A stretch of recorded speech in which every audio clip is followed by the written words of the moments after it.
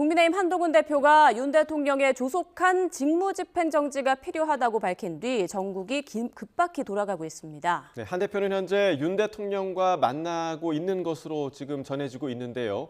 민주당 이재명 대표, 오늘 밤이 매우 위험하다고 생각된다며 추가 계엄 가능성을 거론하기도 했습니다. 이번에는 국회 연결해서 자세히 알아보겠습니다. 이준엽 기자. 네, 국회입니다. 네, 지금 한 대표가 윤석열 대통령과 만나고 있는 겁니까? 네, 오늘 오전 입장 발표 뒤에는 말을 아끼면서 긴급 의원총회에도 불참했던 국민의힘 한동훈 대표는 서울 용산 쪽으로 향한 것으로 확인됐습니다.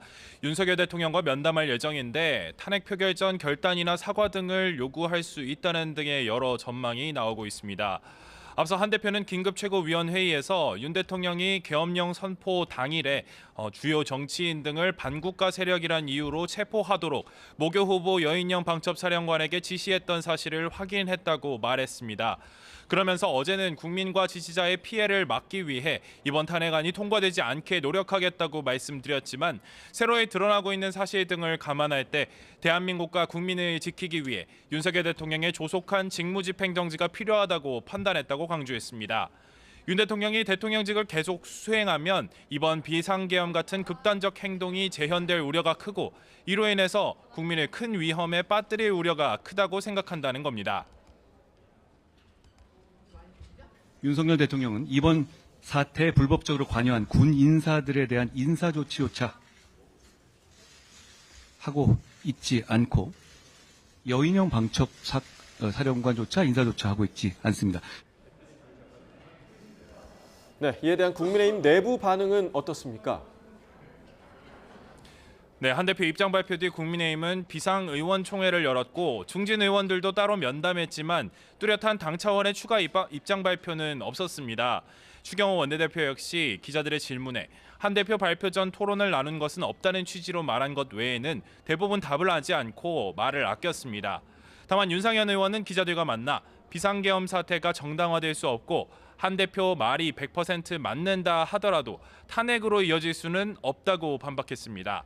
친한계로 꼽히는 김영동 의원도 탄핵 반대 뜻을 밝히는 등 의견이 엇갈리고 있고 상당수는 한 대표의 입장을 직접 들어보고 싶다는 분위기입니다. 그러나 권영세 의원은 탄핵 반대 당론이 바뀌지 않길 바란다고 희망하면서도 지금 당론 변경 절차를 기다리는 것 같다고 말했습니다. 친한계인 조경태 의원은 국민의힘이 역사적 죄인이 돼서는 안 된다는 취지를 잘 담아냈다며 탄핵안 표결을 하루라도 빨리 해야 한다는 뜻을 밝혔습니다. 네, 그럼 민주당 이재명 대표의 입장은 어떻습니까? 네, 민주당 이재명 대표는 국회에서 기자들과 만나 탄핵안을 오늘 앞당겨서 표결해야 한다고 생각하느냐는 질문에 한동훈 대표의 저런 불확실한 얘기를 듣고 그럴 필요가 있느냐고 답했습니다. 그러면서도 자신은 오늘 밤이 매우 위험하다고 생각한다고 말했는데 또다시 계엄 가능성을 말하는 것이냐는 질문에 그런 우려가 든다고 주장했습니다. 앞서 이 대표는 특별 성명을 통해 민주주의 선진국인 대한민국이 심각한 위기에 봉착했고 무엇보다 충격적인 건 이 모든 문제가 윤 대통령으로부터 시작된 것이라고 지목했습니다. 국민에게 청칼을 들이대는 그 참담한 역사를 이번에는 반드시 끝내야 합니다. 군사 쿠데타의 추억이 지금 현실이 되었습니다. 윤 대통령은 군대를 동원해 국민 주권을 찬탈하고 이미 장악한 행정 권력만으로도 부족해서 입법, 사법 권력까지 완전히 3권을 장악하려고 시도한 것이라며 최대한 빠른 시일 내에 직무 배제하고 직의 유지 여부는 국민 판단과 결정에 맡겨야 한다고 강조했습니다. 이어 내란 범죄는 불소추 특권의 예외 사항인 만큼 신속한 수사를 통해 진상을 분명히 하고 필요한 범위 내에서 수사, 체포, 구금, 기소 처벌의 절차를 밟아야 한다고 덧붙였습니다.